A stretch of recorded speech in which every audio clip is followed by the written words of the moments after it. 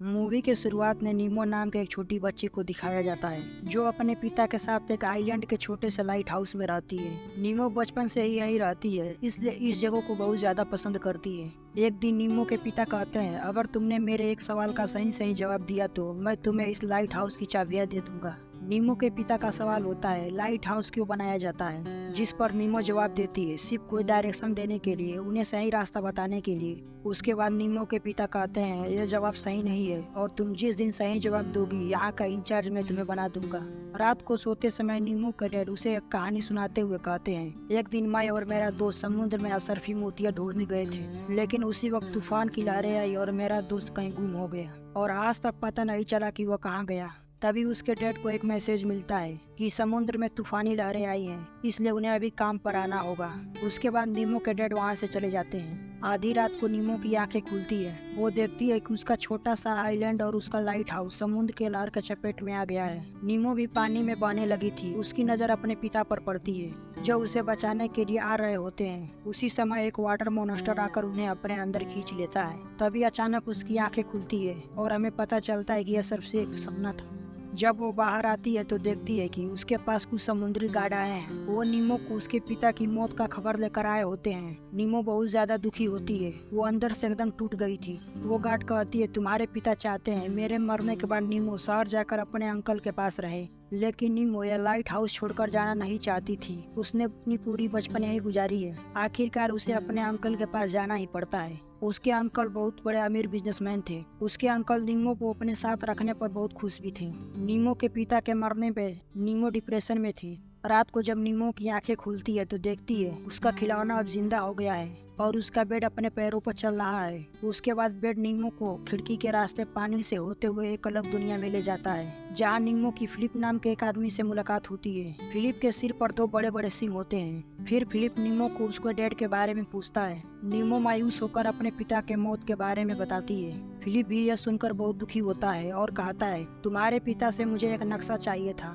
नीमो को लगता है मैं एक सपना देख रही हूँ और फिलिप से कहती है, तुम मेरे सपने से चले जाओ। जिस पर फिलिप कहता है, ठीक है मैं चला जाऊंगा, पहले तुम मुझे वो नक्शा दे दो जिसकी मदद से मैं चमकीले मोतियों को ढूंढ सकता हूँ। तुम उससे ऐसी दुनिया में जा सकती हो जिसका नाम स्लम्बरलैंड है। वहाँ पर तुम्हारी हर ख्वाहिश पूरी हो सकती है, यहाँ तक कि तुम अपने डैड से भी मिल सकती हो। नीमो यह सुनकर बहुत खुश हो जाती है। फिर उसे फिलिप वापस अपने रियल दुनिया में भेज देता है, जहाँ उससे वो सपनों के द्वारा बात कर रहा था। अगले दिन उसके अंकल नीमो की एडमिशन कराने के लिए स्कूल ले जाते हैं। वहाँ इनकी मुलाकात एक टीचर से होती है और वो कहती है, आप एकदम निश्चिंत रहें, मैं नीमो का ख्याल अच्छे से रखूंगी। टीचर नीमो को क्लास के सभी बच्चों से मिलवाती है। नीमो की दोस्ती एक सीधे साधे लड़के से होती है। ये दोनों बहुत पक्के दोस्त बन चुके थे। नीमो के अंकल दरवाजों का लक्स को बिजनेस करते हैं, इसलिए उसे ताला खोलना सिखाते हैं। रात को नीमो का खिलौना फिर से जिंदा हो जाता है। नीमो को समझ आ जाता है कि उसे क्या करना है और कड़ी मेहनत करके नीमो अपने पिता की उस नक्शे को खोज निकालती है। अगले दिन नीमो अपने अंकल के मोबाइल से स्कूल का एब्सेंट लगाकर स्कूल जाती है। नीमो स्कूल के रिस्ट्रिक्टेड एरिया में जाती है, जहाँ किसी भी स्टूडेंट को जाना मना था। अंदर जाकर अपने कपड़े बदलकर अपने खिलौने के साथ सो जाती है। फिर पहले जैसे सपने में नीमो फिलिप से जाकर मिलती है। फिलिप नक्शा पाते ही नीमो को अपने साथ ले जाने से इनकार कर देता है और कहता है, तुम यहाँ से जाओ, मैं तुम्हारी कोई मदद नहीं कर सकता। लेकिन नीमो अपने जिद पर अड़ी जाती है और कहती है, मुझे कैसे भी करके अपने डैड से मिलना है। जिस पर फिलिप कहता है, ठीक है मैं तुम्हें अपने साथ ले चलूंगा, लेकिन वहाँ अगर तुम्हें कुछ होता है तो मैं उसका जिम्मेदार नहीं रहूंगा। अब ये दोनों उस जादू के दुनिया में पहुँच जाते हैं, जहाँ फिलिप नीमो को इस दुनिया का कुछ रूल बताता है। कहता है, यहाँ पर किसी के सपने में छेड़छाड़ नहीं करना है और तुम्हें ना ही किसी के आंखों में देखना है। अगर तुम्हें यहाँ की पुलिस ने पकड़ ली तो हमेशा हमेशा के लिए कैद कर देगी। ये उस जगह पर जाते हैं जहाँ पत्तों से बने इंसानों की डांस पार्टी चल रही होती है। यहाँ पर एक लड़की भी बहुत मजे से डांस कर रही होती है, वो भी अपने सपनों में ही होती है। यहाँ पर सब कोई मजे ले रहा था। अब एक पुलिस ऑफिसर फिलिप को ढूंढते हुए यहाँ आ जाती है। ऑफिसर फिलिप को गिरफ्तार करने के लिए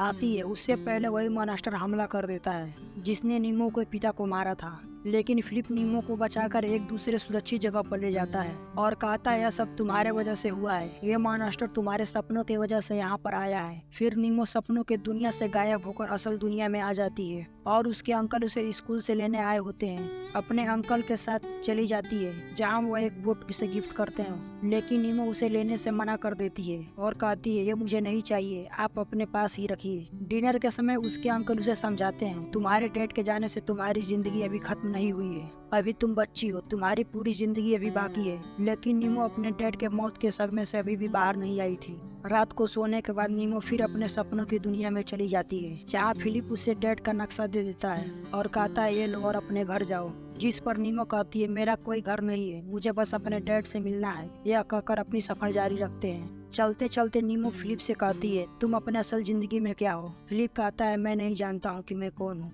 मैं तो असल जिंदगी में जागा भी नहीं हूँ। वो पुलिस ऑफिसर फिलिप को अभी भी पीछा कर रही थी, इसलिए एक ट्रक में चढ़ जाते हैं। ये ट्रक एक छोटा बच्चा चला रहा था और वो ट्रक को संभाल नहीं पाता और एक नदी में गिर जाते हैं। वो लड़का अपने रियल दुनिया में चला जाता है, लेकिन ये सब उसी में फंस जाते हैं। जैसे तैसे ये दोनों अपने आप को बचाते हुए बाथरूम के रास्ते बाहर निकलते हैं, लेकिन पुलिस ऑफिसर पहले से ही यहाँ पर पहुँच गई थी। ये देखकर दोनों भागने लगते हैं, लेकिन पुलिस ऑफिसर उनके गन के शूट कर देती है, जिससे ये दोनों वहीं साइलेंट हो जाते हैं। उसके बाद पुलिस ऑफिसर कहती है मेरी उम्र 116 की हो चुकी है, मुझे तो अब रिटायर हो जाना चाहिए, लेकिन तुम्हारे वजह से मैं अपने सपनों की दुनिया में फंस चुकी हूँ। वो उससे नक्शा मांगती है जो फिलिप के पास नहीं था, इसलिए उन दोनों को जेल में बंद कर देती है। कुछ देर बाद पुलिस ऑफिसर दोबारा जेल में आती है और नीमो को छुड़ाकर अपने साथ ले जाती है। पुलिस ऑफिसर नीमो से कहती है तुम्हारे पास दो रास्ते हैं, तुम अपने दुनिया वापस चले जाओ या फिर फिलिप के साथ हमेशा हमेशा के लिए कैद हो जाओ। नीमो कहती है मुझे तो बस अपने डैड से मिलना है, जिस पर पुलिस ऑफिसर कहती है यह सिर्फ एक बुरा सपना है, तुम्हें असल जिंदगी में जाना होगा। उसके तुरंत बाद ही नीमो वापस अपनी दुनिया में आ जाती है। अपने रूम से रोते हुए बाहर अपने अंकल के पास आती है और कहती है मुझे अपने डैड की याद आ रही है।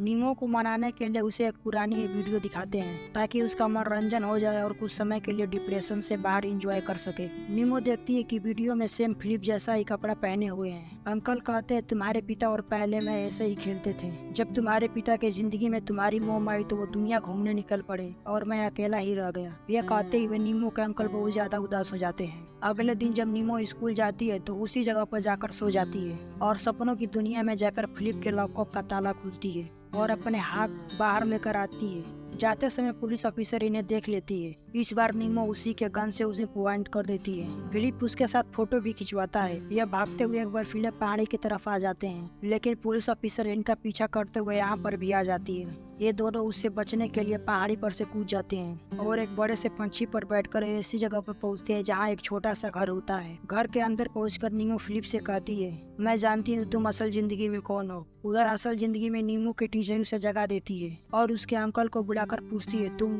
उस जगह पर क्या कर रही थी। स्कूल से आने के बाद नीमो को अंकल बहुत ज्यादा डांटते हैं और कहते हैं मुझे लगा था तुम स्कूल जाकर पढ़ोगी, अच्छे अच्छे दोस्त बनाओगी, लेकिन तुम वहाँ पढ़ने ही नहीं जाना चाहती। उसी रात अपने अंकल को सो जाने के बाद नीमो भागकर एक बोट पर चली जाती है। उसके बाद अंकल उसे गिफ्ट देना चाहते थे। नीमो रास्ते में जाते हुए सो जाती है और अपने सपनों की जगह जाती है जहाँ चमकीले मोतियाँ रखी हुई थी। ये बात फिलिप को पता चल जाता है कि नीमो ख्वाब के में सुराग तक पहुँच गई है जहाँ उसे नहीं जाना चाहिए था। वैसे ही नीमो एक मोटी उठाती है, वैसे ही वो मॉन्स्टर आकर हमला कर देता है। नीमो को मारने वाला होता है, उससे पहले फिलिप आकर उसे बचा लेता है। वो मॉन्स्टर सबको मारने लगा था, इसलिए सब अपने आप जिंदगी में बजाने लगते हैं। नीमो सपनों की दुनिया से अपने डैड से मिलती है और उनके साथ खूब मस्ती करती है और उसके डैड उसे बहुत ज्यादा समझाते हैं और कहते हैं ये सब तुम्हारा एक वहम है, तुम अपने असल जिंदगी में ही रहना और कभी इस दुनिया में वापस मत आना। उसके बाद असल जिंदगी में हम नीमो को देखते हैं जो अपने बहुत सारे दोस्त बना लिए हैं और इसी सीन के साथ ये मूवी खत्म हो जाती है।